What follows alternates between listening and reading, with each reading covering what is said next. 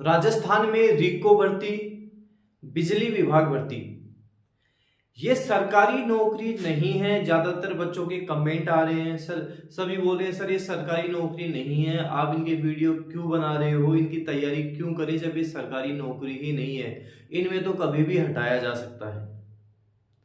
देखो, इस तरह के भ्रम जिन भी बच्चों के हैं उनके लिए मैंने ये वीडियो बनाया है, ताकि एक ही क्लास में आपके सारे डाउट सब कुछ दूर हो जाए। वर्तमान में राजस्थान में रीको की भर्ती चल रही है, साथ ही बिजली विभाग में भर्ती आने वाली है। ये दोनों ही ऑटोनोमस बॉडी है, इनकी भर्ती अलग से ही निकलती है। आरएसएसबी द्वारा इनकी भर्तियां नहीं निकाली जाती। ना ही ऐसा होता है कि जो बिजली विभाग में लग गया उसको आरएसएसबी के थ्रू कहीं लगाया जा सकता है, ना जो आरएसएसबी एलडीसी लगते हैं उनको बिजली विभाग में लगाया जा सकता है। क्योंकि जो बिजली विभाग में जो रीको में एलडीसी वगैरह जिस भी पोस्ट पे जाते हैं, एलडीसी हो गया, स्टेनो हो गया, जूनियर अकाउंटेंट हो गया, ये इनका अलग ही होता है। बिजली विभाग वाला वो बिजली विभाग में ही रहेगा, ऑटोनोमस बॉडी है। लेकिन क्या ये सरकारी नौकरी है क्या? बिल्कुल 100% सरकारी नौकरी है। 100% जैसे आपको राजस्थान में सैलरी मिलती है, सेम डिट्टो वैसे ही सैलरी आपको मिलेगी। जैसे आपको राजस्थान में सैलरी मिलती है, एक सरकारी कर्मचारी सरकारी नौकरी है, वैसे ही आपको सैलरी मिलेगी।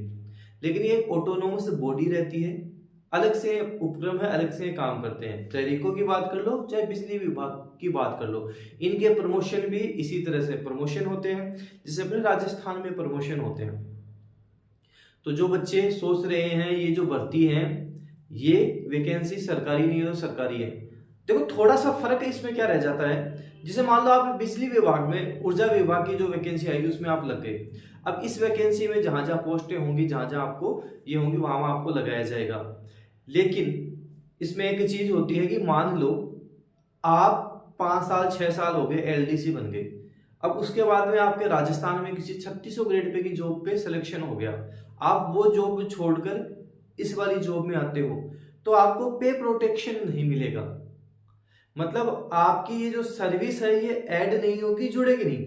जैसे मैं आपको बताऊं, अभी मैं राजस्थान में एलडीसी हूँ, 2400 ग्रेड पे भी हूँ। अब मान लो मैं स्टेनो बन गया, 3600 ग्रेड पे चला गया, तो मेरा पे प्रोटेक्शन हो जाएगा। अभी जो मुझे सैलरी मिल रही है लगभग 40,000 के आसपास, वो 2 साल की प्रोबेशन में मुझे मिलती रहेगी।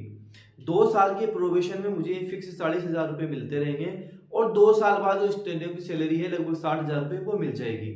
लेकिन अगर आप जैसे बिजली विभाग में हो, रीको में हो, एलडीसी वगैरह हो, इसमें से आप राजस्थान की सर्विस में जाते हो तो सर्विस काउंट नहीं होती है। बाकी आपके जो आरजीएचएस के नियम वगैरह होते हैं, मेडिकल हेल्थ के नियम लागू नहीं होते, ये गलतफहमी आपकी, ये सारा सब कुछ लागू हो जाता है, ऐसा कुछ नहीं है। उनके जो नियम होते हैं उस हिसाब से आपको रिम्बर्समेंट भुगतान हो जाता है। तो सरकारी बिल्कुल सरकारी नौकरी है, अलग से संस्था है, अलग से विभाग चलता है, अलग से रूल्स नियम लागू होते हैं, वो रूल्स नियम्स हैं वो आपको पढ़ने पड़ेंगे। लेकिन जैसे मान लो आप बिजली विभाग में लग गए, बिजली विभाग में एलडीसी आप बन गए, एलडीसी बनने के बाद मान लो 2 साल हो गए, 3 साल हो गए, आप एलडीसी बने हुए हो। अब बिजली विभाग में जूनियर अकाउंटेंट की वैकेंसी आएगी, उसमें आपको पे प्रोटेक्शन मिल जाएगा। पे प्रोटेक्शन का मतलब हो गया कि मान लो आप बिजली विभाग में एलडीसी बन गए, आपकी सैलरी हो गई 3-4 साल बाद में लगभग 40-45 हजार रुपये सैलरी है। अब आप जूनियर अकाउंटेंट बन गए बिजली विभाग में, तो जूनियर अकाउंटेंट जब आप बनोगे तो प्रोबेशन में कितने रुपए मिलते हैं? 23-24 हजार रुपये मिलते हैं। लेकिन क्योंकि आपको पे प्रोटेक्शन मिल जाएगा, यहां आपकी सर्विस काउंट होगी, इसलिए जो एलडीसी वाली सैलरी है 40-45 हजार रुपये वो आपको 2 साल तक मिलती रहेगी रेगुलर। और जैसे 2 साल का प्रोबेशन कंप्लीट हो जाएगा, जो जूनियर अकाउंटेंट की सैलरी उस टाइम लगभग 65-70 हजार के आसपास रहेगी, वो आपको मिलने लग जाएगी। मतलब जो आप बिजली विभाग वाले हैं उनको उनका फायदा मिलेगा। कोई रीको में जाता है तो उसी में आगे ऊंची ग्रेड पे भी लगता है तो उसको उसके फायदे मिल जाएंगे। तो इतना सा ध्यान रखना है, गलत फहमियों में नहीं पड़ना, सरकारी नौकरी नहीं है, ये नहीं है, वो नहीं है। देखो सबसे जरूरी वर्तमान में ये है कि आपको नौकरी लगना है, सरकारी नौकरी लगना है। किस विभाग में लगते हो नहीं लगते हो वो बात की बात है, पहले ये गांठ बांध लो कि 2026 में सरकारी नौकरी चाहिए ही चाहिए। ये आप अच्छे से समझ लो, सोच लो। तो ढंग से अच्छे तैयारी करो, कोई एक्सक्यूज नहीं, कोई बहाना नहीं, ढंग से अच्छे से लोगो। 2026 में नौकरी लगनी है और बिल्कुल ये सरकारी नौकरी है जो आप लगोगे। धन्यवाद।